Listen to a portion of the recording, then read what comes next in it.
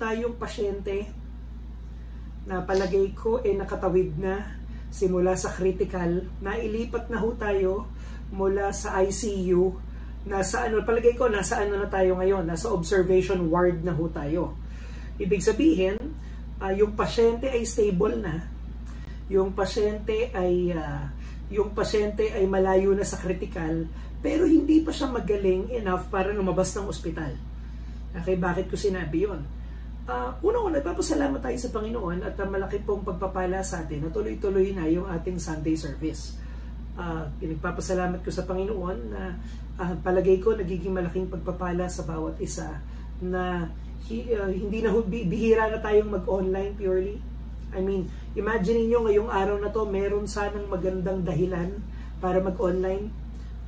Kung tayo ay mag-online ngayon, that would have been understandable. Pero papasalamat ako sa Panginoon sa inyong puso na magsama-sama sa araw ng linggo para sambahin ng Panginoon. At palagay ko, yun ang warning.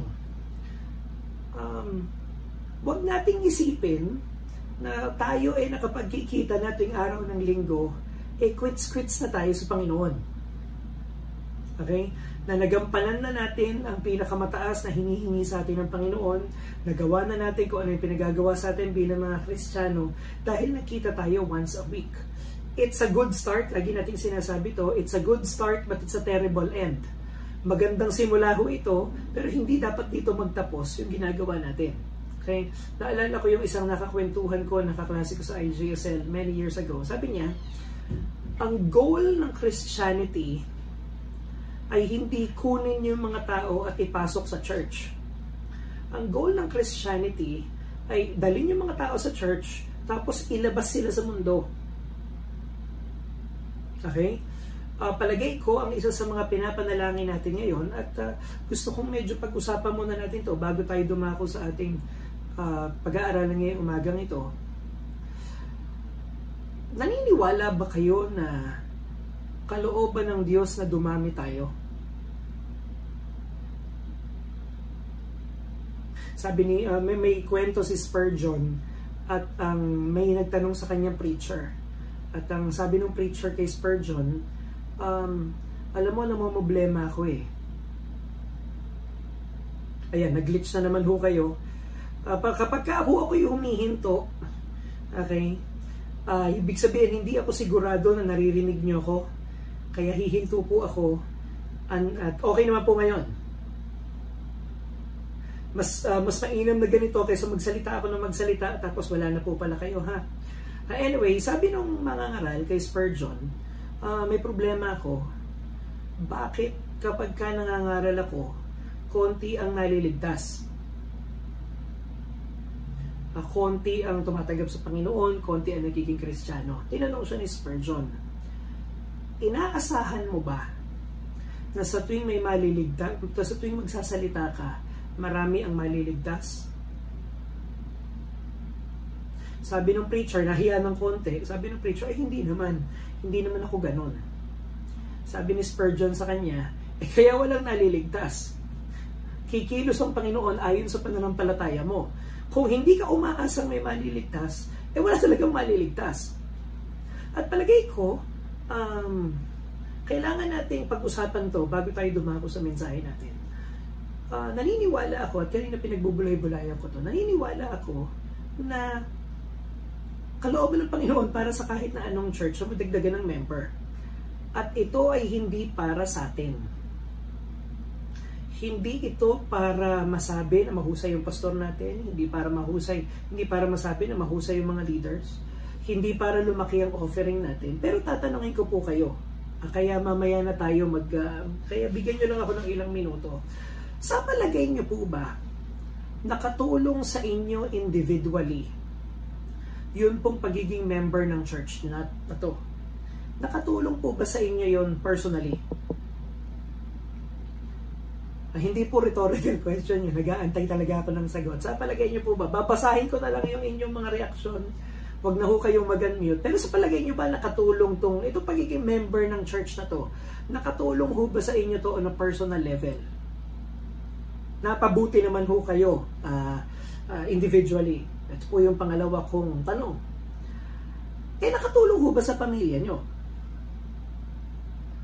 Nakatulong po ba sa pamilya nyo na miyembro kayo ng iglesyang to? May naidagdag po bang benepisyo sa inyo? May naidagdag bang pakinabang sa inyo na kayo po ay miyembro ng iglesyang to? Amen po ba? Hindi. Salamat naman sa Panginoon at hindi. Tapusin na ho natin itong gawain na to.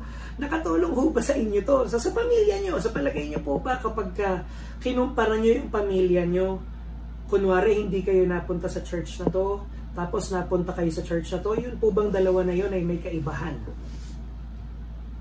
Ngayon ang tanong ko, kung nakatulong naman ho pala itong iglesia na to sa atin individually at nakatulong sa pamilya natin, in many ways, sinong hindi maghahangad na maraming makaranas nun? Hindi rin ba kung nakatulong sa 10, hindi ba makakatulong sa 20? Kung nakatulong sa 4 na pamilya, hindi ba makakatulong sa 8 pamilya?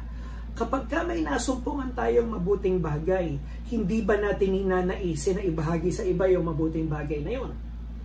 Yun ang dahilan kung ba't naniniwala ako na kalooban ng Panginoon para sa iglesia natin na matagdagan ng miyembro, hindi para sa atin.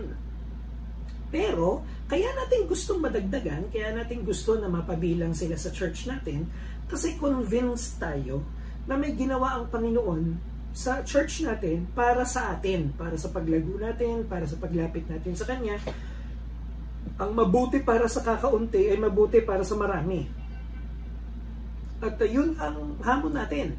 Palagay ko, ito ang isang point na kailangan nating pagsumikapan. Okay, kanina pinag-iisipan ko, may 3 bahagi ang pagka nag-uusap tayo patungkol sa pananampalataya, mayroong 3 angle na pwede nating tignan. Kapag pinag-uusapan natin yung ating Christian faith, pwede natin itong tignan base sa mga pangakong dapat panghawakan natin. Ano ba yung mga sinabi sa Biblia na dapat angkinin natin? Pagka pinag-uusapan natin ang Christian faith, pwede natin siyang pag-usapan sa mga bagay na dapat iwasan natin ang pagtagumpayan natin, sa mga bagay na dapat nating paglabanan. At pagka pinag-uusapan natin ang Christian faith, pwede natin itong pag-usapan patungkol sa mga bagay na dapat nating ginagawa. Alam nyo, kapag tayo ay nagpapatotoo at kapag tayo ay nag-uusap patungkol sa mga pagsubok natin, I would say na malakas tayo dun sa isang area. Alam natin kung sino ang Panginoon sa buhay natin at bakit natin panghahawakan yung pangako niya. Alam natin na hindi tayo pababayaan ng Panginoon, ipoprovide ng Panginoon ang pangangailangan natin, mapagkakatiwalaan natin siya. May mga bata tayong kasama ngayon na bunga ng pangako ng Panginoon.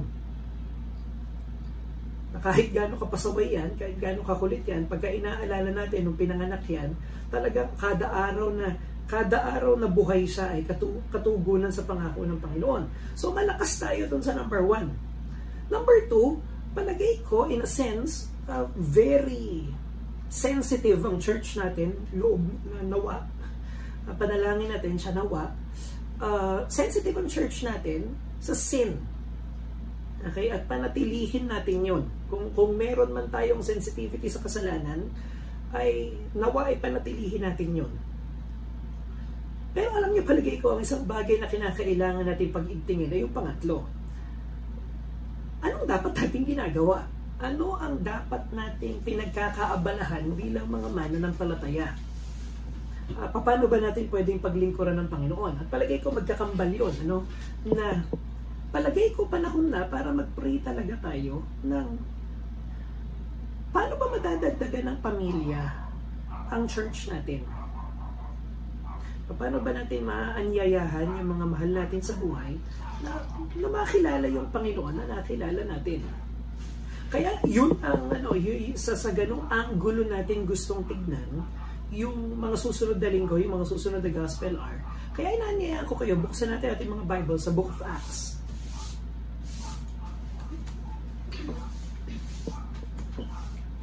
Acts chapter 8.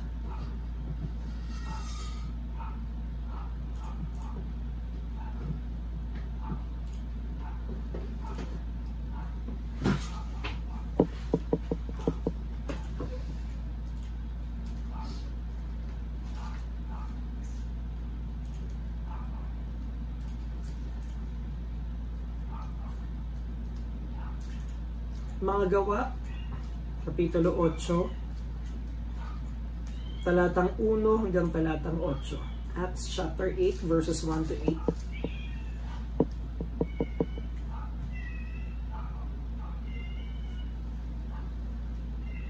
8. Yan ay pagkatapos ng Gospel according to John.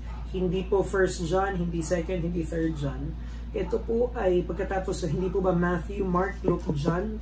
Pagkatapos po ng John ay Acts.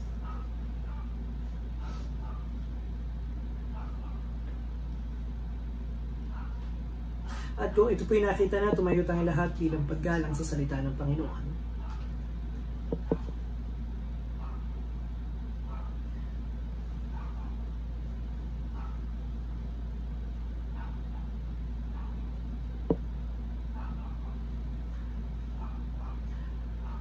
Acts chapter 8, verses 1 to 7, 1 to 8, sorry. Acts chapter 8, verses 1 to 8. Sundan na lamang po ng inyong paningin at ang inyong lingkod na lamang po ang babasa. Verse 1 of chapter 8, and Saul approved of his execution. And there arose on that day a great persecution against the church in Jerusalem, and they were all scattered through the regions of Judea and Samaria, except the apostles. Verse 2,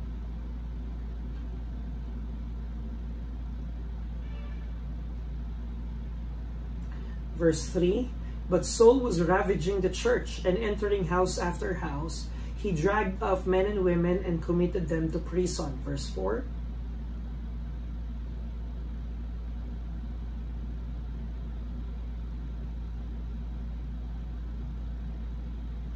Verse 5, Philip went down to the city of Samaria and proclaimed to them the Christ. Verse 6,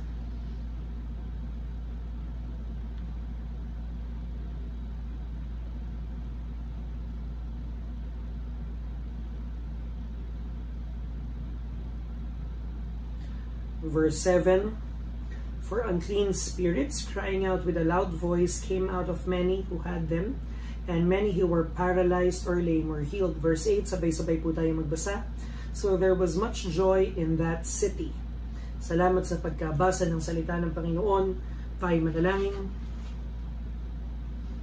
Aming Ama na makapangyarihan sa lahat, kausapin mo kami ngayong umagang ito, at sa pangungusap mo, baguhin mo ang aming mga buhay. Ituro mo sa amin ang iyong salita, Panginoon. Ipakilala mo si Kristo sa amin. Panginoon, ibinabalik namin sa iyo lahat ng papuri at pasasalamat. Pakalinisin mo kami, Panginoon. Sa pangalan ni Jesus. Amen at Amen. Makakaupo na po tayong lahat.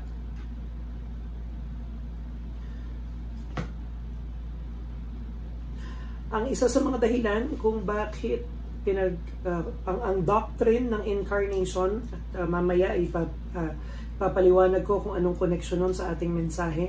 Ang doctrine ng incarnation ay nagtuturo sa atin ang Diyos bilang kanyang pamamaraan upang iligtas tayo, ay nagkatawang tao upang tayo ay upang sundin ang kautusan, upang subuking kagaya natin ngunit hindi magkasala, upang mamatay para sa ating mga kasalanan, sapagkat para mamatay ka, kinakailangan mo munang kailangan mo magkaroon ng katawan na iaalay mo sa kamatayan. Kaya ang Panginoon ay nagkatawang tao upang itong katawan na to ang sumunod, upang itong katawan na to ang mamatay, at itong katawan na to ay mabuhay na maguli bilang ating kaligtasan. Okay? At dalawang bagay ang gusto kong sabihin. Ano ang tinuturo sa atin ng kapanganakan ng Panginoon? Una, ang gusto natin sa isang Diyos, ang gusto natin sa isang tagapagligtas, ay isang tagapagligtas na iba sa atin, ngunit kapareho natin in some ways. Anong ibig kong sabihin? Kung ang aking tagapagligtas ay kapareho ko, maaring ma-comfort niya ako pero hindi niya ako maililigtas. Kung ang aking tagapagligtas ay kagaya ko lang, maaring maunawaan niya ako pero hindi niya ako maililigtas kasi kagaya ko lang siya. Yung kahinaan ko, kahinaan niya, yung kasalanan ko, kasalanan niya. Wala siyang maitutulong sa akin. Makipakikinig lang siya. Kapag nakinig siya sa akin, maiintindihan niya yung sinasabi ko, pero yun lang. Ngayon, kung meron naman akong tagapagligtas na ibang-iba sa akin, kung meron naman akong tagapagligtas na talagang mas malakas, mas mahusay, mas matalino sa akin, Maaring matulungan niya ako dahil yung mga kahinaan ko ay hindi niya kahinaan, pero hindi niya ako maiintindihan. Pero kung meron kang tagapagligtas na ibang-iba sa iyo, at kapareho mo, meron kang tagapagligtas na magiging sympathetic at meron kang tagapagligtas na magiging powerful to save, right? At yun ang tinuturo sa atin ng incarnation. Ang ipinanganak sa Bethlehem ay hindi natin kagaya in many ways. Kanina kaya gusto ko yung pinlay natin na yung kanta na sana kantahin nila, Precious, request ko. Kantahin ng mga bata natin dyan sa church. Alam nyo, ang ganda ng mensahe na yun. Sabi nung kanta, habang yung city ni David ay nananahimik nung gabi na yun, ang lahat ay matutulog na. Sa isang lugar na walang mag-aakala, kaharap ng mga tao na hindi naman kinikilala, mga shepherd, isinilang ang Panginoon. Tapos ang sabi nung kanta, yung gabing yun, may tutuparing pangako ang Panginoon.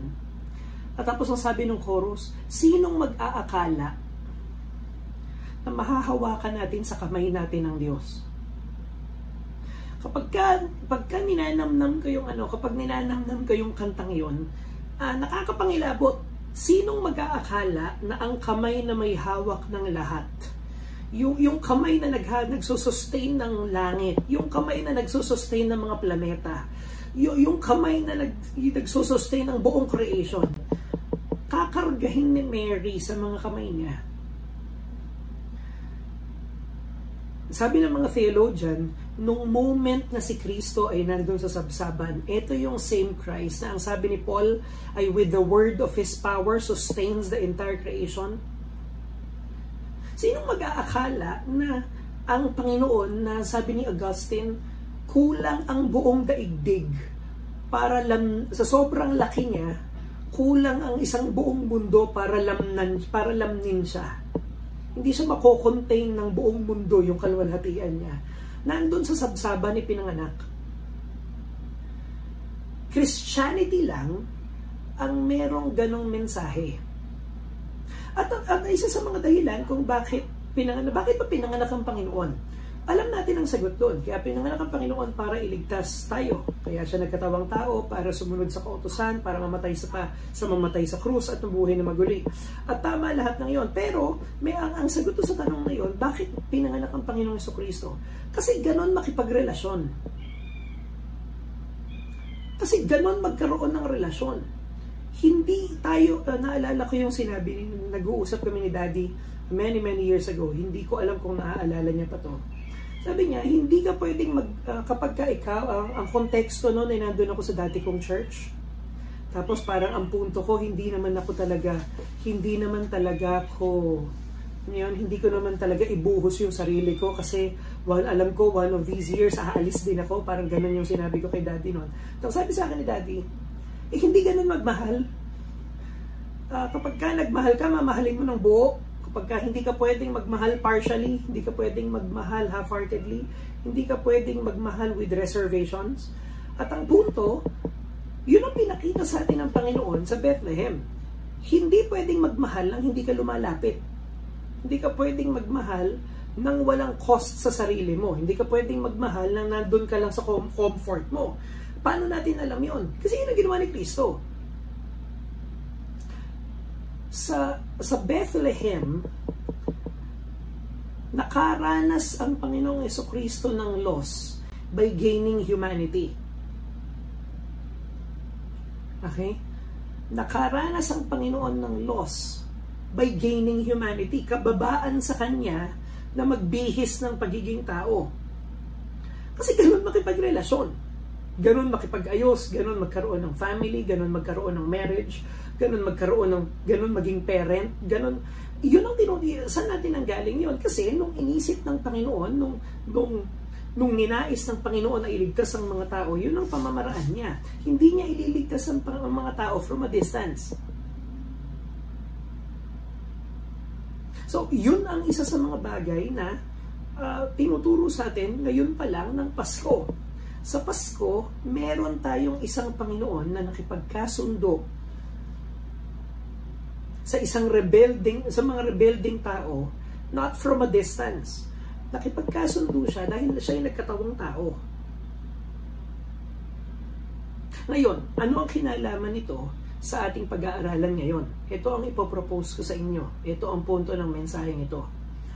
An incarnational God, a God who is incarnated, who took the form of a servant, okay, to save people, leads to incarnational service. An incarnational God leads to incarnational service. At pag-uusapan natin kung anong ibig sabihin yan. Nandito tayo ngayon sa Book of Acts kung saan yung mga apostol ay humayo sa kapangyarihan ng banal na spirito pagkatapos mamatay at mabuhay na maguli ng Panginoong Jesucristo. Si Kristo ay namatay para sa kasalanan natin, siya ay nabuhay na maguli at siya ay nag-ascend sa langit at inaantay natin siyang bumalik ngayon. At pagkatapos ito, binigyan ng kapangyarihan ng banal na spirito yung mga apostol at sila ay humayo, sila ay nangaral at naitatag ang early Christian church. Naitatag ang iglesia ng mga taong walang pinag-aralan, walang impluensya, pero meron silang witness ng Panginoong Jesucristo sa pamamagitan ng banal na spirito. Humayo ngayon sila. At nagsimula ng makapangyarihan ang movement na ito. Pero ang movement na ito ay humarap ng maraming persecution. Humarap sila ng maraming pag-uusig, itinakwil sila ng sarili nilang mga pamilya, itinakwil sila ng sarili nilang mga komunidad, at galit sa kanila ang Roman Empire. Isipin nyo ang kalagayan ng isang early Christian. Meron siyang pagsubok sa loob niya, meron siyang tukso sa loob niya, meron siyang kahinaan sa loob niya, at may pag-uusig sa labas niya. Hindi siya tanggap ng lipunan, illegal ang maging Kristiyano, at may mga kahinaan siya. May napanood akong documentary a few months ago ng patungkol sa underground church sa China. Alam niyo, kung makikita natin yung mga Chinese Christians na nagiging Kristiyano sa ilalim ng persecution, mahihiya tayong lahat. Meron daw isang mangangaral na pumunta sa China kasama yung anak niya at totoong nangyari to. At pagkatapos sila magtago dahil meron silang pagtitipon, kinausap sila ng mga Chinese na Christians. Tapos tinanong nila, paano Christianity sa Amerika? Ang sabi niya, meron kaming once a week na pagkikita. Pagkatapos noon, meron kaming service, mga 1 hour, 2 hours. Magkakantahan kami, makikinig kami ng salita ng Diyos. Tapos aalis kami. Yung mga church namin, malalaking building yon, merong aircon yon. Tapos komportable yung mga upuan. Pupunta kami doon once a week. At ang sabi nitong missionary nito, nagtawanan daw yung mga Chinese Christians. Nagtawanan sila ng malakas. Para daw, akala niya nga nagjo-joke siya. Sabi niya, hindi ako nagjo-joke. Ganun talaga kami. At ang sabi ng mga Chinese Christians, kinuha ng Chinese Christian yung Bible, tapos ang tanong ng Chinese Christian, saan nyo nakuha yun? Parang nung binasa namin yung Bible, parang hindi naman ganun ang itsura ng Christianity na nabasa namin. Saan nyo nakuha yung idea na ganun ang Christianity? At palagay ko, mag-a-agree yung mga, kung mabubuhay yung mga apostol at titignan yung ginagawa natin, ang iisipin, oo nga naman, saan nyo na nga nakuha yan? So itong mga early Christians na to, wala silang puntahan, pakomportable. Makukulong sila, uusigin sila, palalayasin sila. At nandito tayo ngayon sa part na namatay yung unang Christian martyr na si Stephen. Isa sa mga una, I would say. Okay? At ang sinasabi sa atin dito, pinagbabato si Stephen dahil sa kanyang pananampalataya. At pagkatapos noon ay nagkaroon ng matinding pag-uusig sa iglesia. At ang sinabi dito sa binasa natin, maliban sa mga apostol, yung maraming mga Kristiyano na napalaya sa kanilang mga tirahan. Maraming mga Kristiyano ang nag-empake dahil alam nila na may tatamang pagsubok dun sa kanilang tinitirhan at lumaya sila. At ang sabi ng Bible sa verse 4, those who were scattered went about preaching the word. Yung mga apostol, hindi sila umalis at sila'y nangaral. Yung mga tao, lumaya sila dahil sa pag-uusig at sila'y nangaral pa rin. Ngayon gusto ko pag-isipan nyo to. Sabi ng professor ko dati sa Bible School, kung alam lang ng Roman Empire ang ginagawa nila, hindi dapat nila inusig ang mga Kristiyano. Alam nyo kung bakit? Kasi kung gusto nilang mamatay yung mga Kristiyano, alam niyo kung anong pumapatay sa atin? Ang pumapatay sa atin, comfort. Tayong mga churches, lumiliit tayo at nanghihina tayo kapag komportable buhay natin. Kapag tayo ay inuusig at kapag tayo hinahagupit, mas lalo tayong lumalakas. Kaya yung sabi ng professor ko, yung mga Roman Emperor, dapat ang ginawa nila, binigyan nila ng yaman ng mga Kristiyano. Dapat binigyan nila ng mga titulo, binigyan nila ng mga lupa, pinayaman nila. Kasi yun ang sakit ng mga Kristiyano kapag komportable sila, natutuyo sila. Pagka inuusig mo ang mga Kristiyano, ganito yung nangyayari sa kanila. Sabi nung isang preacher na pinakikinggan ko, ikulong mo si Paul, mangangaral siya sa kulungan. Palayasin mo si Paul, kung saan siya mapunta, mangangaral siya. Isakay mo sa barko, i-travel mo sa ibang area, mangangaral siya sa barko. Itong mga Kristiyanong pinag-aaralan natin, pagka sila'y kinalat, para mo lang kinalat yung mga mangangaral. Kapag pinagstay mo sila, mangangaral sila. At ang tanong, saan na napunta tong genes na to? Saan na napunta tong ano natin na to? Saan na napunta tong ganitong klaseng pananaw nating mga Kristiyano? Saan na napunta itong ganitong klaseng pananaw at ganitong klaseng mindset ng mga Kristiyano? Anong klaseng witness ang meron tong mga Kristiyanong to? Number one, meron sila na resilient na witness. At ang sabi dito, alam niyo, imagine niyo itong tagpo na to ha, yung isang leader ng church, si Stephen, ay pinagbabato dahil Kristiyano siya. Si Saul, na eventually ay magiging Paul the Apostle, si Saul ay nag-iikot sa mga tao, nag-iikot sa mga bayan-bayan, hinuhuli yung mga Kristiyano. Ano ang dapat reaksyon? Ano ang dapat na mindset ng mga Kristiyano? Aba, pambihira, yung leader namin namatay dahil Kristiyano siya, susunod na kami, magtatago na kami, hindi itatanggi namin yung pagiging Kristiyano namin, isa-safety muna namin yung sarili namin. Pero nakita niyo yung reaksyon itong binasa natin, mas delikado, mas pinakilala nila Kristiyano sila. Hindi kinaya ng pag-uusig na patayin yung kanilang Christian witness. Hindi kinaya ni Saul, hindi kinaya ng gobyerno, hindi kinaya ng oposisyon, ng isang buong imperyo ang nagtangka, nagupuin sila. At hindi kinaya ng buong Roman Empire na patigilin yung witness itong mga taong to. Alam niyo ba, may nakita akong meme sa Facebook, madalas kayong kung madalas kayong mag-Facebook, may makikita kayong mga meme. Yung mga house kitten daw natin, yung mga house cat natin, sila ay descendant ng mga lion. Yung mga lion na kumakain ng kahit na ano sa jungle, o yung mga tiger na kumakain ng kung ano sa jungle, yung mga house pet na aso ngayon, descendant sila ng mga wolf na kumakain ng mga bangkay sa wild. Tapos yung mga house kitten daw ngayon, tsaka yung mga house dog, wag magkaroon ng konting panis doon sa pagkain nila, nagkakasakit. Parang ang ibig sabihin, itong pagka-sensitive na kuting na to, hindi mo paniniwalaan na galing yan sa isang malakas na leon. At pagka iniisip ko yun, hindi kaya ganun din ang itsura natin ngayon. Ang itsura ng Christian church ngayon parang mga house kitten na galing sa mga leon. Nakita niyo yung legacy ng mga naunang Kristiyano sa atin? Yung mga unang Kristiyano sa atin, humaharap sa mga emperor, sinisibat ng mga sundalo, pinalalayas sa mga bansa nila, pero mga mananampalataya pa rin. Naniniwala din ako na itong mga Kristiyanong to ay maraming mga pagsubok sa buhay. Naniniwala din ako na itong mga Kristiyanong to, may mga kakapusan din sa budget nila. Ikaw ba naman ang palayasin sa sarili mong tirahan Ikaw ba hindi magkakaproblema financially?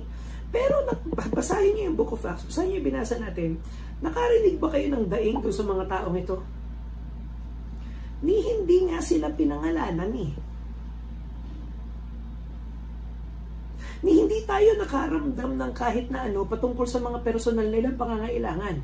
Hindi ko sinasabi na maling i-share yon, hindi ko sinasabing maling ipatotoo yon, pero nararamdaman nyo ba yung puso nitong mga Kristiyanong to? Meron silang mas malaking may mas malaki silang pinapasan kaysa sa mga personal nilang pangangailangan. Walang mention ng bayarin nila o ng susunod nilang kakainin. Walang mention ng kung ano ang saan nila kukunin yung idadamit nila. Walang mention ng ganon. Ang alam lang natin sa Acts chapter 8, pinag-uusig sila, pinalaya sila sa mga tirahan nila, hindi sila tanggap ng kahit na sino at nangangaral sila. And mind you, hindi mga apostol itong pinag-uusapan natin. Bakit? Kasi ang sabi dito sa Acts chapter 8, yung mga apostol nagstay. Kung tayo ay naglalaro ng chess, etong mga nangaral na to, hindi to mga bishop, hindi to mga horse, hindi to queen. Ang nangaral yung mga pawn.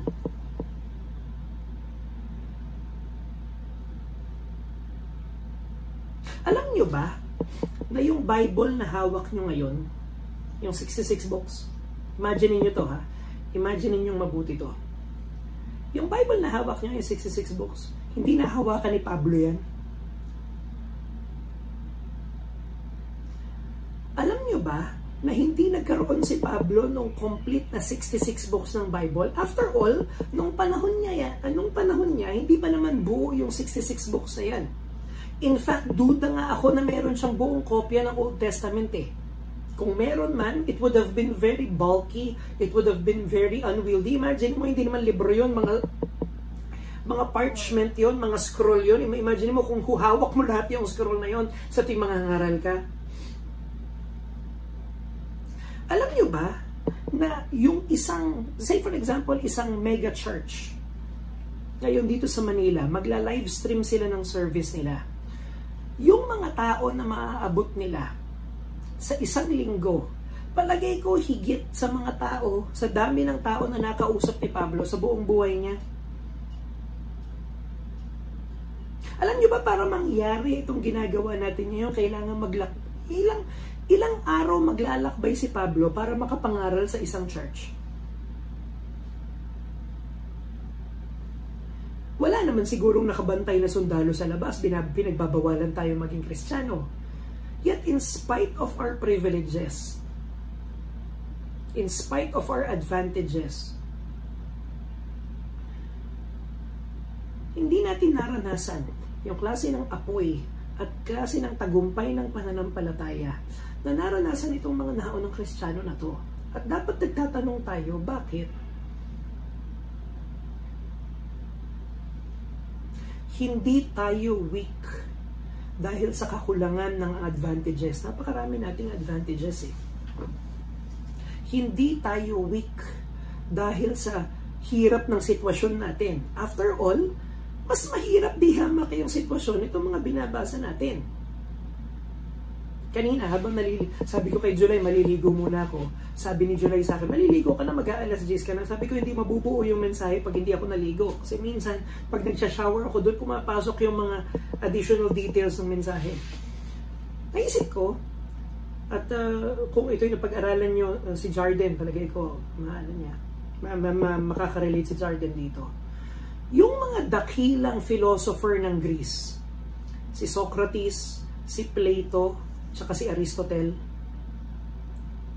hindi sila nagturo ng may PowerPoint. Nung nagturo yung mga Griegong pilosopo na yon, wala silang PowerPoint, wala silang ChatGPT, wala silang textbook, wala silang classroom. Yung mga Griegong pilosopo na yon, wala silang visual aids, wala silang kartolina, wala silang marker, wala silang mga kung ano-anong Xerox machine, walang ganon. Pero yung mga estudyante na na-produce nila, compared sa mga estudyante na napoproduce natin ngayon, nag-iisip ako, ba't ganon? Para sa dami ng advantages natin, para sa dami nung benepisyo natin, ba't hindi na tayo makapag-produce ng mga ganong klaseng mga estudyante ngayon? At palagay ko ang sagot ay nasa point number 2. Ano ang sabi sa verse 4? Now those who were scattered went about preaching the word. Not only is their witness resilient, their witness is incarnational. Ito yung ginagamit natin salitang paulit-ulit. Their witness is incarnational. Hindi sila nag-aral ng evangelistic tool kasi sila mismo yung evangelistic tool. Itong mga Kristiyanong to, hindi sila nagkabisa ng mensahe. Kasi sila mismo yung mensahe. Nakita niyo ba yung ginagawa nila? Kahit saan sila nagpunta, dala-dala nila yung salita ng Diyos. Bakit ganon?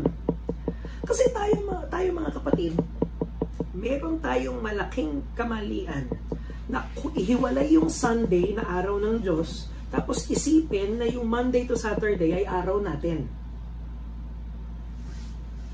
Sasabihin pa ng lolo ko dati, 6 na araw binigyan ka ng pagkakataon na magtrabaho sa sarili mo. Tapos 1 araw lang ang binibigay natin para sa Diyos. Hindi pa natin maibigay. Alam niyo, mahal ko yung lolo na yun, pero lolo ko na yun, pero alam niyo kung anong mali ron sa sinabi niya? Sinong nagsabi sa atin na yung 6 na araw ay binigay ng Diyos para sa atin? Sinong nagsabi sa atin na kontento ang Diyos sa 1 araw, tapos yung 1 araw, 1 hour and 30 minutes, yun ang kanya, tapos sod na siya ron? Hindi ba kanya lahat yun? Hindi, itong mga Kristiyanong to, hindi nila hiniwala yung mensahe sa sarili nila. Naglolokohan kami ng co-teacher ko, at ito ay hindi maganda, yung gagayahin to. Kaya ako'y nagbibiro lang nung sinabi ko to. Pero yung co-teacher ko, papunta kami pareho sa classroom namin, ang dami niyang dalang kartolina, ang dami niyang dalang props, tapos dala ko isang marker. Tapos ang tanong sa akin ng co-teacher ko, Sir JM, nasaan ang visual aid mo? Tapos sabi ko sa kanya, ako ang visual aid. Joke lang yun, syempre, nung araw na yun, magpapasagot kasi ako sa libro, kaya wala akong dalang visual aid. Pero ang punto ko kasi nun, sabi ko, ang tinuturo ko ESP, ang tinuturo ko values. At natuturo ako mula sa Biblia. Ang tinuturo ng ESP, pamumuhay. Meron ba akong magagamit na mas epektibong visual aid? Bukod sa yung teacher, dala niya yung buhay niya sa loob ng classroom. Dala niya yung sarili niya dun sa classroom, at yung pagsasalita niya, yung pagkilos niya, yung pakitungo niya sa mga estudyante niya, yun ang main tools niya. Hindi ko sinasabing lagi kong nagagawa ng tama yun. Pero sabi ko, ang ibig kong sabihin dun ay, itong madadala ko eh. Pagka nagbibigay ako, naiintindihan ko kung science. I mean, hindi mo kayang gawin yun sa science. Kailangan mo talaga ng mga tools, kailangan mo talaga ng mga equipment. Tuturo kang science eh. Pero anong mas magandang maibibigay ko sa mga estudyante ko maliban sa buhay ko? At kung itong buhay na to ay maituturo sila kay Kristo, salamat sa Panginoon. Anong ibig kong sabihin? Mamaya, paglabas natin ng church, bukas, pagpunta natin kung saan kayo pupunta, kayo yung gospel tracts, kayo yung evangelistic tool ng church. Kayo yung ginagamit ng church para maipakilala sa mga tao kung sino si Kristo. Bago pa tayo bumuklat ng Biblia. Imagine niyo to. Kapag ka naririnig ng kapitbahay yung pamilya natin, anong Bible ang naririnig nila?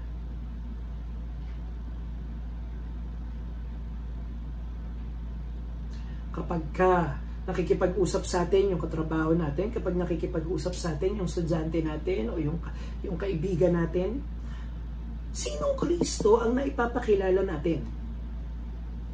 Ngayon, kung sakasakali na naisip mo na kunin yung Bible, tapos mag-preach ka nila, sa palagay niyo po ba, matatakpan pa natin yung unang naiparinig natin sa kanila?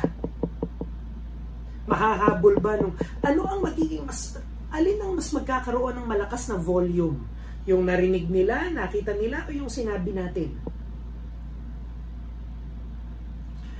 Naniniwala din ako, mga kapatid, na itong mga Kristiyano sa Acts chapter 8, hindi rin sila palagay ko perfecto. Si Peter hindi perfect eh. Si Paul hindi perfect, si James, si John, yung mga apostol hindi perfect. At nakakasigurado ko na itong mga mananampalataya na humayo para ipakilala si Kristo, hindi rin naman sila perpekto. Pero alam nyo, itong mga buhay nila ay nilamon ng isang kagandahan. Gusto ko yung sinabi ni Daddy kanina. Salamat sa panalangin niya na yun. At nagpapasalamat ako, nagiging malaking pagpapala kasi ilang buwan ko nang nadidinig to eh. Yung idea ng kagandahan ng Panginoon. May pinakikinggan ako na sabi ni Tim Keller, ano ang kaibahan ng kagandahan sa kagamit-gamit? Like for example, si Kuya Jumuel. Si Kuya Jumuel ay pumunta sa DIY. Di ba may DIY dyan? May DIY dyan sa Mindoro po. Kasi kami ni July, suki na kami ng DIY dito. Di naman kami bumibili. Araw-araw lang kami pumupunta doon. Mas gustong-gusto lang ni July na nagtitingin. Pero wala bumibili. Kilala na kami ng cashier eh. Anyway, si Kuya Jumuel ay pumunta sa DIY at kumuha ng martilyo. At ang sabi ni Kuya Jumuel, ang ganda naman itong martilyo na to. Tapos si Kuya Jumuel pumunta sa isang museum, tumingin sa painting. At ang sabi ni Kuya Jumuel, ang ganda naman itong painting na to. Ano ang pinagkaiba ng dalawang sinabi ni Kuya Jumuel? Yung una, nung tinignan ni Kuya Jumuel yung kagandahan ng martilyo, may iniisip na agad si Kuya Jumuel na gamit ng martilyo. Ang gandang pamukpok nito, palagay ko maganda to pang tanggal ng pako, maganda to pang baon ng pako, madali siyang hawakan pagka gumagawa ako, nagmamartilyo ako ng kahoy. Yung kagandahan ng martilyo ay basically usefulness. Diba? Meron siyang function, bagay na bagay siya dun sa function niya, maganda siya. Pero yung painting, walang function yon. Maganda siya dahil maganda siya. Maganda yung painting, hindi dahil magagamit mo siyang pang floor mat, hindi siya maganda dahil pwede mo siyang gawing placemat. Maganda siya on its own. Hindi siya useful, beautiful siya. Sabi ng mga philosopher, yun daw ang difference ng usefulness tsaka aesthetics. Yun ang kaibahan ng function tsaka aesthetic. Usong salita yung aesthetic, di ba? Yun ang kaibahan ng kagamit-gamit sa maganda. Alam niyo, pag ikot tayo ngayon sa mga church, at ang dominant na language patungkol sa kagandahan ng Panginoon ay yung pagiging kagamit-gamit niya. Pumunta ka sa mga church ngayon at pakinggan mo kung paano nila ilalarawan ng Panginoon. Kapag sinasabi nilang maganda ang Panginoon, ang ibig nilang sabihin, kagamit-gamit ang Panginoon. May sakit ako, pinagaling niya ako. May bayarin ako, binigyan niya akong pambayad. Malungkot ako, pinasaya niya ako. Sabi ni Jonathan Edwards, ang totoong mananampalataya ay nagagandahan sa kabanalan ng Panginoon. At alam niyo kung anong meron sa kabanalan ng Panginoon? Wala kang mapaggagamitan nun para sa iyong sariling agenda. Maganda ang kabanalan ng Panginoon on its own. At kailangan mo ng pagkilos ng banal na spirito para maramdaman yung kagandahan na yun. Tunay na mananampalataya lang ang nagagandahan ng ganun sa Panginoon. Ngayon, bakit importante yun? Alam niyo, itong mga imperfect Christian na to, na humayo in spite of their limitations, in spite of their troubles, in spite of their struggles, paano nila nagawa yun? Hindi sila ang kumilos, may kapangyarihang kumilos sa kanila. Hindi sila ang nagtulak sa sarili nila. Merong kagandahang nagtulak sa kanila. Nakita nila ang kagandahan ng Panginoong Jesucristo doon sa krus. At nung tinignan nila si Kristo sa krus, hindi lang nila nakita si Kristo ng pakinabang. Bagamat maraming pakinabang ang sumunod sa Panginoon, tinignan nila yung kagandahan ng Panginoong Jesucristo. Ito ang malaking kaibahan ng Christianity natin ngayon sa Christianity noon.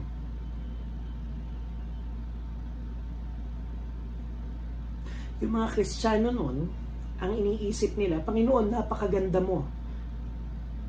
Gamitin mo ko. Mga Kristiyano ngayon, Panginoon, napakaganda ko. Gagamitin kita.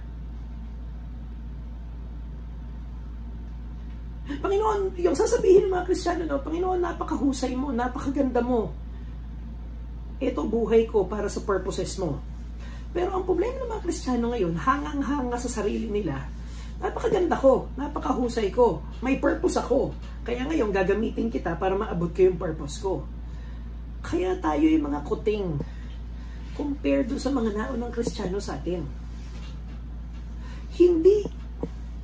Ito ang tanong natin ngayon. At ito'y tanong din sa akin. O given na yon, makikita ng mga kapitbahay natin na imperfect tayo. Makikita ng mga estudyante ko na imperfect ako. Ganun talaga eh. Hindi naman tayo pwedeng magpanggap na perfect tayo. Makikita ng mga tao na makasalanan tayo. Bakit? Kasi nga makasalanan tayo. Pero matanong ko nga ho kayo, in spite of those imperfections, in spite of those faults, makikita ba nila na tayo gandang-ganda sa Panginoon? And suddenly, ibang usapan na siya, di po ba? Mararamdaman kaya nila na tayo'y manghang-mangha sa Panginoon araw-araw ng buhay natin? Are we consumed by this great passion? Alam nyo, sabi ni C.S. Lewis, yung idea daw ng worship tsaka yung idea ng pag-share ay hindi po pwedeng paghiwalayin. Kapag ka nakapanood ka daw ng isang magandang sports game, ang natural na reaksyon mo ay ikwento, na para bang yung pagkukwento mo ay hindi obligasyon, yung pagkukwento mo ay nakakadagdag doon sa kaligayahan mo, na para bang hindi magiging buo yung kaligayahan mo kapag hindi mo siya naikwento. Kami ni July, pagka tinignan nyo po yung messenger namin ngayon, hindi bihirang-bihirang may words. Madalas yun, magsasend kami sa isa't isa ng mga link sa Facebook, isang nakakatawang video, isang nakakatouch na video. So pagka ako nag-Facebook, tas may nakita akong video na palagay ko matutuwa yung asawa ko, o maaantig yung puso niya, o pagtatawanan namin pag-uwi, ang gagawin ko, i-share ko sa kanya yon. Tapos kapag may nakita siya, i-share niya sa akin. Matatapos, alam mo ba yung sobrang nakakadagdag sa kung nakakatawa yung pinapanood ko, nakakadagdag sa enjoyment kapag shinare ko sa asawa ko. Yung gusto ko mapanood niya rin, tapos hihintayin ko pa yung reaction niya. Say for example, nagluto ka. Ako, nangyayari sa akin to. Nagluto ako, tinikman ko, mukhang okay naman ng lasa. Pero kapag kakain na kami ni July, hindi mo na ako susubo. Ang gagawin ko, aantayin ko yung niya. Talagang hindi ako mapakali. Aantayin ko yung reaction niya. At kulang ba yung kagalakan kapag hindi siya nasarapan? Para bang nandun, nakaka-enhance ng kagalakan yung pag-share, yung nakakadagdag siya. Ang sabi ni C.S. Lewis, kasi hindi mo daw maiwasan na yung mga bagay na wino-worship mo, sineshare mo. Ganun talaga yon. Kung ang worship ay joy, kung ang worship ay supreme joy, hindi mo maiiwasan na yung supreme joy mo ay i-share. Kaya magkaiba yung tanong natin sa tanong ng mga naunang Kristiyano. Kasi ang tanong natin, paano ba i-share si Kristo? At ang tanong nila, paano kung hindi i-share si Kristo? Ang tanong natin, paano ko bang ipapakilala ang Panginoong Jesucristo? Para bang yung kailangan nating mag-isip ng materyales para ma-share siya? Ang tanong ng mga mananampalataya noon, paano ko siyang hindi i-share? Lahat na sabihin ko, automatic sa kanya pumupunta.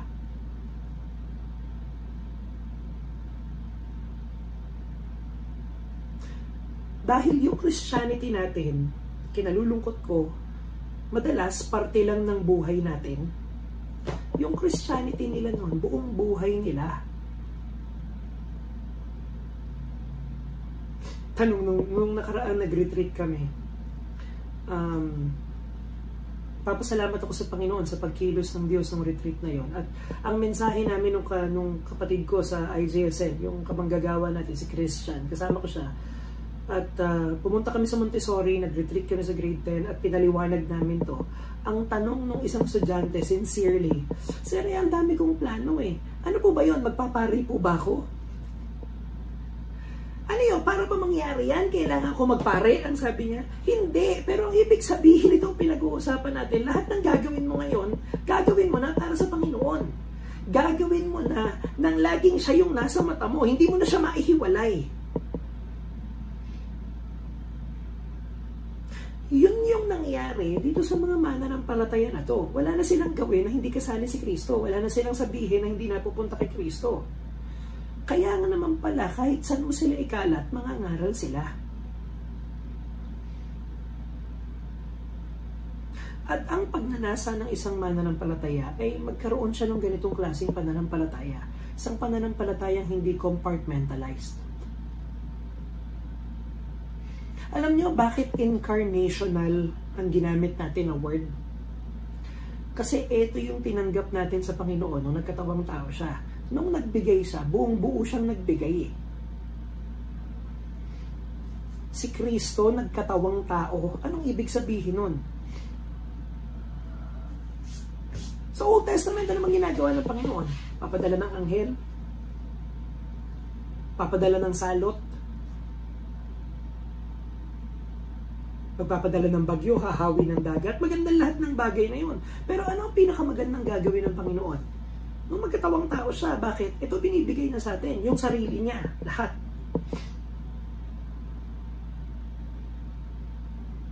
Kaya yung mga mananampalataya na nakaranas nito, ganito din sila maglingkod sa mga tao.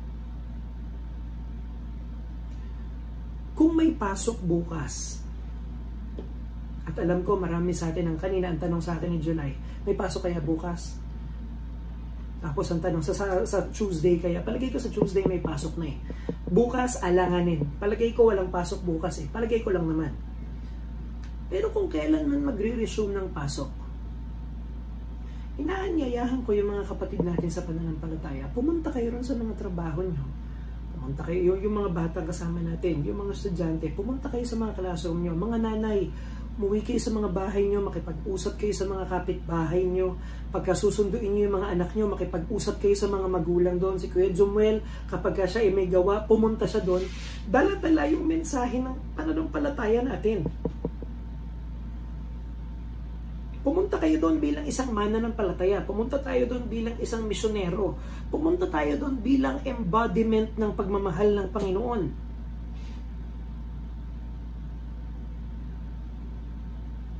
Paano natin sila maaabot? Well, unang-una, lumapit tayo sa Panginoon, makipagtotohanan tayo sa Kanya, mapuspos tayo ng pagkamangha sa Kanya. Tapos kapag nangyari na yun, pumunta ka doon, ilagay mo yung buhay mo doon at tignan mo kung anong mangyayari naturally. At kung hindi pa nangyayari yun, bumalik ulit sa paanan ng Panginoon. Panginoon, puspusin mo nga po ako. Punuin mo nga po ako to the point na talagang kahit anong gawin ko, ikaw ang lalabas. At pangatlo, I would say, this is a joyful witness. Ang sabi ng binasa natin, si Philip daw ay pumunta sa Samaria, pinangaral si Kristo. At pagkatapos niya ipangaral si Kristo, nagkaroon ng pagpapagaling, nagkaroon ng pagpapalayas ng mga dyablo, at yung buong city na yon ay napuno ng kagalakan.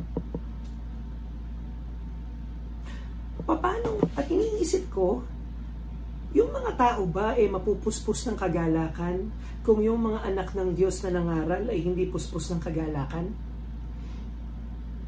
Posible ba na lulugo-lugo yung mga mangangaral tapos pag tinanggap ng mga tao yun, yung mga taong nakinig magagalak? Anong klaseng buhay Kristiyano ang makaka-withstand ng persecution? Anong klaseng buhay Kristiyano ang makakapagpatuloy kahit saan siya ilagay? Hindi ba ito yung buhay Kristiyano na puspos ng kagalakan sa Panginoon?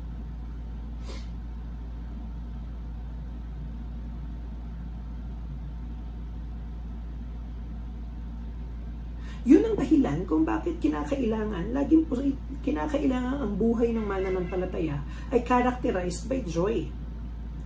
Dahil unang-una, nandyan pa po ba kayo para nagloloko po yung internet ko? Naririnig niyo pa po ako?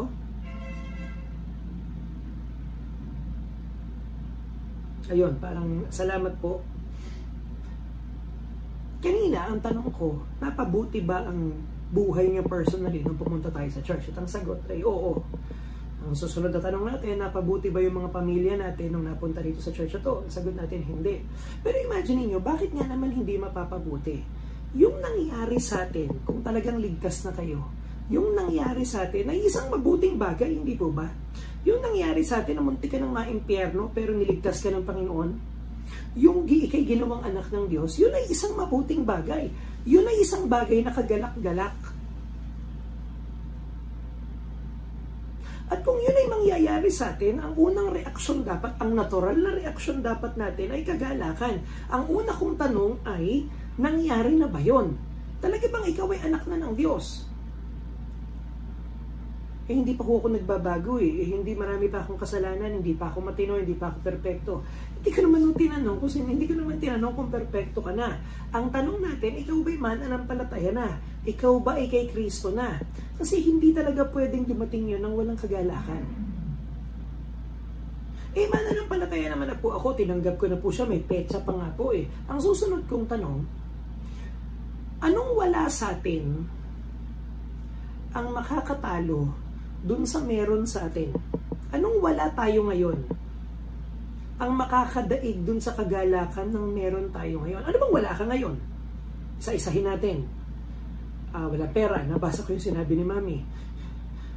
At salamat sa Panginoon. Alam niyo, na-realize ko, nung nakaraan namili kami ni July, dahil nga mukhang tatamaan, may kwento ko pala sa inyo yung technique namin ni July. Isang beses, nung nandyan po kami, magwi-withdraw sana kami ni July. I-withdraw kami. Kasi pauwi na kami noon, budget, ganun ganito. Sabi ko, mag-date naman tayo. Pupunta kami sa beach. Sabi ko, mag-withdraw muna tayo. Ang inaasahan namin ni July na tatanggapin namin ay 4 or 5. Mga 5. Inaasahan namin 5,000. Punta kami dyan sa Mindoro. Withdraw kami. Magkano lumabas no? 2,000, 1,000. Talagang wala sa kalahati nung inaasahan namin. May tinuro sa aking technique yun. Tuturo ko rin sa inyo paano Ngayon, sa tuwing 15 hanggang 30, kapag magwi-withdraw po kami, kinukondisyon na namin yung sarili namin na sobrang baba. Yung kahit na anong makita mo doon sa ATM, hindi ka na madidismaya. So for example, kung inaasahan ko na 5,000 yung sasahurin ko, ikukondisyon ko na yung sarili ko na 3,000 lang ang sasahurin ko. Ang idea, kung ano't ano man ang mangyari, hindi ka madidismaya. So sabihin ko kay July, palagay ko 3,000 ang sahod. Para bang mental trick, palagay ko 3,000 ang sasahurin ko. So sasabihin July, palagay ko 2,000 lang. So ibig sabihin, kapag labas nun at may 5,000, kala mo laki-laki ng pera mo. Kasi binaba mo ng sobra yung expectation mo So ang inaasahan mo 2, pag 5, kala mo mayamang-mayamang ka na. Alam niyo bang isang beses, binaba ko ng matinding-matindi yung expectation. Hindi pa umabot. Ang akala ko noon, parang 4,000. Tapos ang inaasahan, sabi ko, parang dadayain ko yung utak ko Sabi ko, 4,000, tama, 2,000. 2,000 na lang yung 2,000 sasahurin ko. Nung tinignan ko, parang 1,500. Ang pira, hinati ko na yung inaasahan ko, hindi pa umabot. Tapos, isang na-realize ko, kahit pa alam niyo, kahit pa dumating yung inaasahan mo, alam niyo ba gano'ng kabilis mawala yun? Alam niyo ba gano'ng kabilis na, dati naalala ko kami ni July, pag sahod namin, sasabihin ko, ayokong magluto ngayon, halika kumain naman tayo sa labas. Kakain kami sa labas. Tapos magtatakang, syempre, maiintindihan mo, makaka-apekto sa budget mo yun, lalo sakto. Sabi ko, sige, mag-adjust tayong konti. Alam nyo ba yung mix and match sa Jollibee? Yung mas mura na, yung pagsasamahin mo na lang, may mix and match. Alam nyo bang kahit yun ang kainin namin, pagka sumahod kami, nakakagulo na siya ng budget. Dati ang katumbas nun, dati may kinakainan kami ni July, nakakain kami ng bulalo, tapos maraming kanin. Kumbaga kahit paano medyo luho na yon. Alam niyo ba ang katumbas nun ngayon? Parang spaghetti tsaka drinks. Parang kapag kumain kami ngayon nun, alam kong makaka-apekto na siya sa budget namin, sa kaduluduluhan. At kaya alam niyo ngayong mga panahon to, naiintindihan ko na talagang tanggapin natin, talagang financially, marami sa atin na nagtitiis ngayon. Di kami ngayon ni July, nagpe-pray nga, nakwento ko na sa inyo na, andyan pa po ba kayo? Parang naputo lang internet. Nandyan pa po kayo? Ayan. Kaya ngayon kami ni July, nagpe-pray kami ng nakaalis.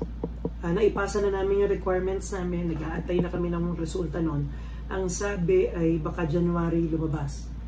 Kung sakasakaling loloobin ng Panginoon, ay kung makakapasa doon, punta sana kami ng Japan. Pero yung nakaraan, sabi ko nga kay July, paano pagka hindi? Paano kapag hindi nakapasa? Paano kung hindi nakaalis? Kasi ang dami ng plano ni July Meron na siyang ipapabiling camera sa akin Meron na siya, tapos sabi niya magbe-baby na kami. Noong nakaraan, alam niyo ba, alam na ni July kung ano mga bibilin sa Japan. Sabi niya, ito bibilin mo sa Japan kapag may sipon ka. Ito ang bibilin mo sa Japan kapag may sakit ka. Ganito sabihin sa butikan, di ka marunong mag-Japanese. Sabi ko sa kanya, paano pag hindi tayo nakaalis? Sayang naman lahat ng binalak mo na yan. Pero sa totoo lang, paano nga kung hindi nangyari?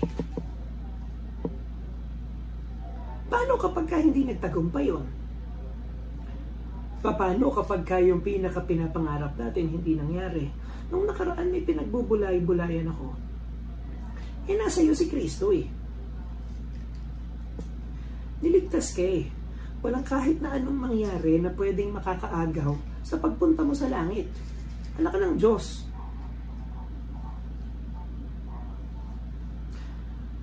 Dun sa bagay na pinaka nagmamatter sa lahat. Kung ako ba ayos sa harap ng Panginoon, kung tinuturing niya ba akong anak, yung isang bagay na yun na nagmamatter, okay na yun settled na. Ano pa pinag-aalala ko? Ngayon, alam nyo, aamin ako sa inyo, gusto ko rin namang maging anak ng Diyos sa Japan. Gusto ko rin namang maging anak ng Diyos na nandun din ako. Pero kung sakasakaling hindi mangyari yun, may nawala ba talaga sa akin? May malaking bagay ba na sukat ikaguguho ng buhay ko? Wala. Pagka tinignan mo kung anong meron ka kay Kristo, pagka tinignan mo kung ano ang ibinigay sa iyo ng Panginoon, na ang binayad niya ay sariling buhay niya, anong makakanakaw ng kagalakan natin? Anong makakanakaw ng katuwaan natin? Maghirap ang maghihirap, yumaman kung yayaman, magkasakit kung magkakasakit, lumakas kung lalakas, humaba ang buhay kung hahaba ang buhay, matapos ang buhay bukas kung matatapos ang buhay bukas, kay Kristo ako Binibigyan ka ng kalayaan na magplano ng malayo nang may kagalakan. Panginoon, kung bibigyan mo ba ako ng buhay, gusto kong maglingkod sa iyo Ang talagang nilagay ng Panginoon sa puso namin ng asawa ko, napalagay ko yun ang gagawin namin para sa kaharian ng Panginoon. Ang nilagay talaga ng Panginoon sa puso ko ay magtayo ng isang classical na Christian school. Yun talaga yung gusto sana namin gawin. Isang school na talaga magpapakilala sa mga bata, sa mga mag-aaral kay Kristo, na talaga kapag lumabas sila sa mundo, kaya nilang mamuhay bilang mga Kristiyano. Yun ang gusto kong mangyari. Pero kung bukas kunin ako ng Panginoon at hindi mangyari yun, salamat sa Panginoon, ako'y anak ng Diyos. Kung bukas may pasok, pupunta ako sa classroom ko at ipapakilala ko sa kanila si Kristo. Ngayon, kung loobin ng Panginoon, na gamitin niya ang buhay naming mag-asawa para sa mas malaking platform, sa isang mas malaking gawain. Salamat sa Panginoon. Pero bukas kung madatnang kami ng kamatayan, na ang naglilingkod ako, meron akong 20 estudyanteng kaharap at pinapakilala ko sa kanila si Kristo, palagay ko okay ng katapusan yun. Nawa gamitin tayo lahat ng Panginoon sa malalaking bagay para maipakilala siya. Pero kung mamayang gabi, kinausap niyo yung mga anak niyo at tinuruan niyo silang mamanalangin, at doon tayo naabutan ng pagbabalik ng Panginoon, lugi pa ba? Kulang pa ba yung nagawa natin? Binibigyan ka nito ng kagalakan for the short term at binibigyan ka rin ito ng kagalakan for the long term. Na kung ano man ang sitwasyong kalagyan ko ngayon, yun ang sitwasyon na dapat akong nandun. At kinakailangan Kristiyano ko dun sa sitwasyon na yun. Buong Kristiyano dito sa kalagayan kong to. Pero hindi ako binabawalan na magplano ng malayo. Nasaan ka mamaya? Nasaan ka bukas? Maging Kristiyano doon. At kung pahihiramin pa tayo ng Panginoon ng 20 years mula ngayon, edi maging Kristiyano doon.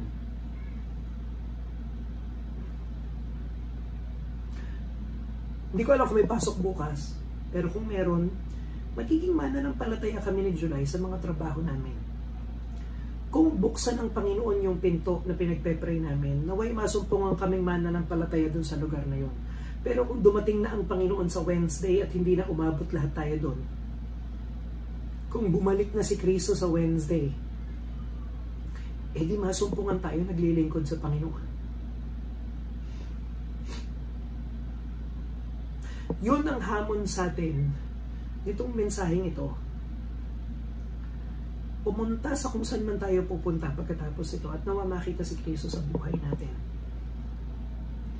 At ang panalangin ko, nawa lumago ang iglesia natin in that way sa pamamagitan ng pagkilos ng Panginoon.